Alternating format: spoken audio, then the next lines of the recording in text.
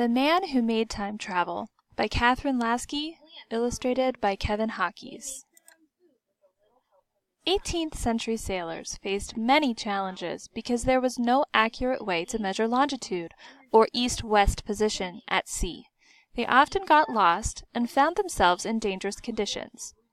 In 1714, Britain offered a prize to the person who could solve this problem. Many scientists knew that with an accurate clock at sea, a ship's longitude could be calculated. However, no clock at the time was accurate enough to be reliable, so scientists tried some often ridiculous ways to calculate longitude. Then, newcomer John Harrison developed ideas that no one had tried before. A Curious Boy. John Harrison was 21 years old when the longitude prize was announced. He knew full well the dangers of the sea. The village where he lived was near the bustling port of Hull. As a boy, he was one of the bell ringers in the village church of Barrow. His sense of hearing was so good that he was asked to tune the church bells. Soon he was tuning the bells of a neighboring church as well. But bells were only John Harrison's hobby. His real work, like his father's, was carpentry. He knew wood and he knew simple mathematics. He knew these things from experience, not from a formal education. John was curious about how things worked. When a visitor lent him a book of lectures on mathematics and Isaac Newton's laws of motion, John copied out every single word. But he also liked to figure things out for himself. So he tested Newton's basic principles of motion. Would a heavy ball roll down a hill faster than a light ball? Does the ball gain speed as it rolls down the hill? Would the clapper in a bell swing faster if it was shorter or if it weighed more? John Harrison proved each and every principle for himself. From bells to clocks. John Harrison began to realize that bells and pendulum clocks were similar.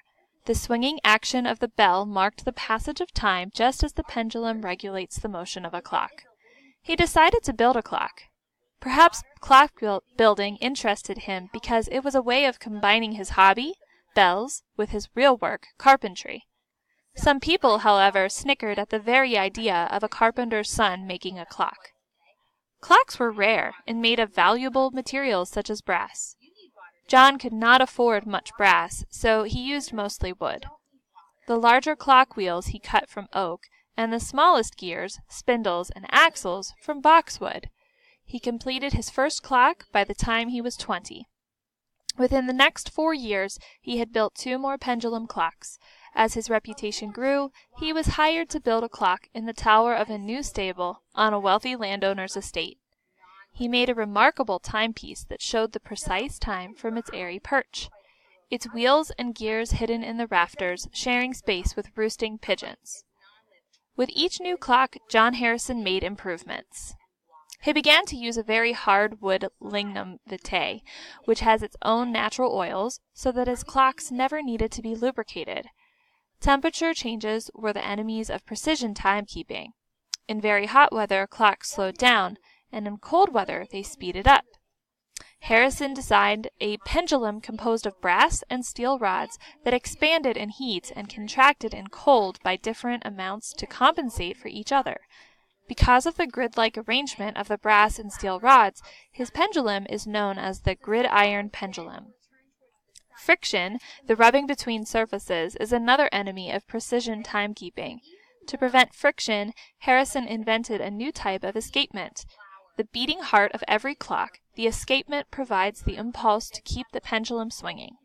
Unlike other designs, Harrison's, instead of sliding, hopped like a grasshopper and thus avoided friction. John Harrison's intricate mechanical forest of turning wheels never missed more than a single second over an entire month of testing.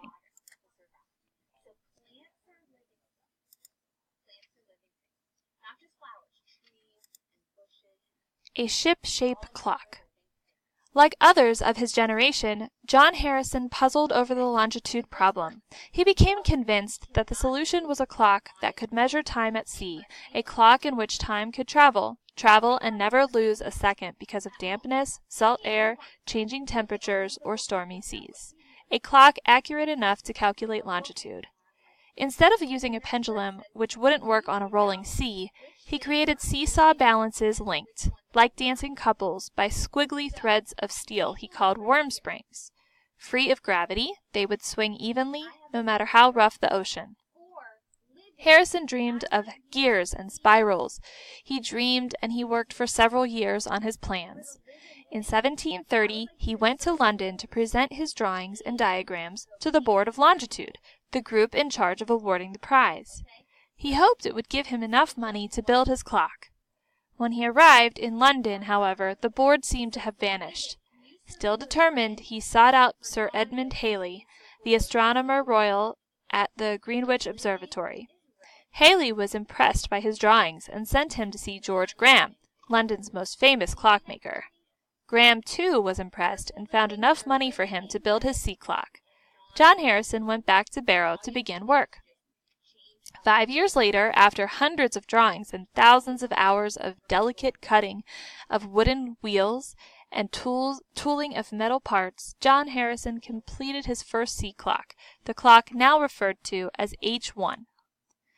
But in 1735, when he presented it to the learned men of the Royal Society, they squinted and whispered among themselves, for H1 was like no other clock. Just over 2 feet tall and weighing 75 pounds, it stood bright and bristling with brass rods and strange spirals, knobs, balls, and odd little springs. The twin balances with their worm springs teeter-tottered back and forth in a rhythm not unlike that of a rolling ship. Some said the clock even looked like a ship. There were no sails and no rudder, yet it seemed ready to sail on any sea. H1, 25 inches tall, weighs 75 pounds. Wheels made of wood. Introduces seesaw balances with worm springs. Completed in 1735. Harrison, age 42. A year later, the board arranged a trial voyage to Lisbon, Portugal, for John Harrison and his clock. Throughout the entire trip, the clock lost barely a second. Harrison, however, lost his breakfast, lunch, and dinner. He spent his days hanging over the ship's rail, throwing up. He must have envied his sea clock and wished that he could have devised such seaworthy balances for his own insides.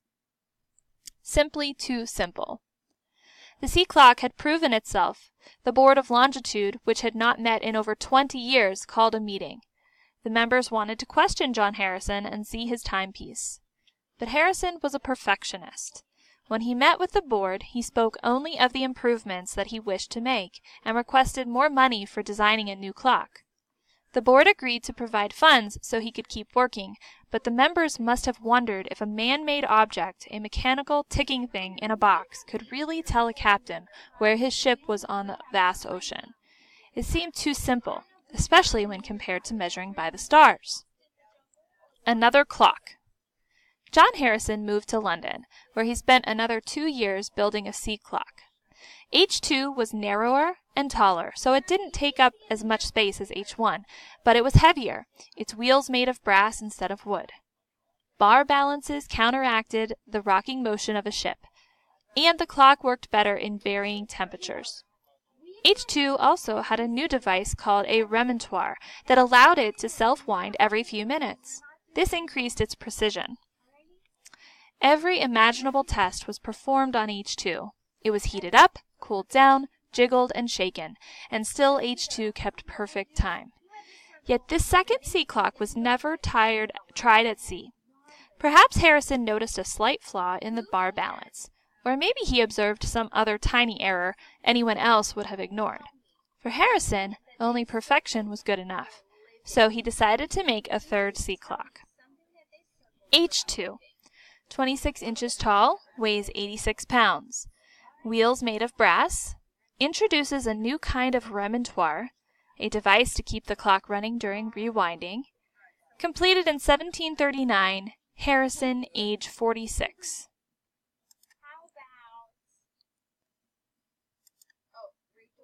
A third clock. For almost 20 years, John Harrison worked, tinkered, and fiddled with H3, his third sea clock. He invented a new kind of thermostat called the bimetallic strip that allowed the clock to adjust to temperature changes. He replaced the seesaw balances with balance wheels. In every way, H3 was his most complicated clock. It had 753 different parts, but it was his smallest and lightest clock so far. As the clockmaker meticulously fine-tuned H3, he himself was also changing. The hair beneath his wig grew thinner, his face more drawn and wrinkled. His son, William, only had a baby when he had first started H1, and most likely a nuisance in Harrison's workshop, had grown into a young man in his 20s now, who now helped his father on his clock H3. Although H3 was sleek and beautiful, like H2, it was never tested at sea. It also did not keep time as accurately as John Harrison had hoped. In fact, he was so disappointed that even after all of his years of work, he felt that he must invent a completely new timepiece. H3. 23 inches tall, weighs 60 pounds, 753 separate parts. Takes up less than a third of the space of H1. Replaces balance bars with circular balances linked by metal ribbons. Introduces the bimetallic strip and the caged roller bearing, forerunner of today's ball bearing. Completed in 1757, Harrison, age 64. Running out of time. For John Harrison himself, time was becoming a problem. It was running out. At 60, he was tired from his work on H3, but not too tired to design a new pocket watch for himself. Not having the skills of a watchmaker, he asked a fellow clockmaker, John Jeffries, to build it for him. It was a perfect little watch, and he admired it greatly. And then he had an idea. Could a pocket watch be made accurate enough for use on a ship? The more John Harrison considered this possibility, the more sense it made. He began working on his new timepiece in 1755. When he finished, H4 measured 5 inches across, only slightly larger than a typical pocket watch, and weighed only 3 pounds. Its calm white base was encased in 2 dazzling silver shells decorated with fruits and leaves. Beneath this face was a miniature world of spinning wheels and tiny cut jewels, diamonds, and rubies that made all the parts turn smoothly. In 1760, John Harrison asked the Board of Longitude for a sea trial for H4. They agreed. Soon John's son William was on a ship bound for Jamaica. On the return trip, the weather was so stormy that he had to wrap up the H4 in blankets and hold it like a newborn to protect it from the raging seas. But still it ticked on. After 147 days at sea, H4's error was only 1 minute and 54 seconds, a remarkable achievement for any clock in an era when even a timepiece on solid land might have errors of several minutes. H4, 5 inches across, weighs 3 pounds. Looks like a large, beautifully decorated pocket watch. Uses jewels as bearings to reduce friction. Completed in 1759. Harrison, age 66. An enemy of clocks. It had been nearly 50 years since the Longitude Act had been passed and the prize offered. H4 should have won the moment William returned to England. Every requirement had been met, but suddenly H4's reliability was questioned. Was the trial a fluke? Could its performance be repeated? New tests were ordered for H4. One member of the Board of Longitude was chiefly responsible for these tests. His name was Neville Maskelyne.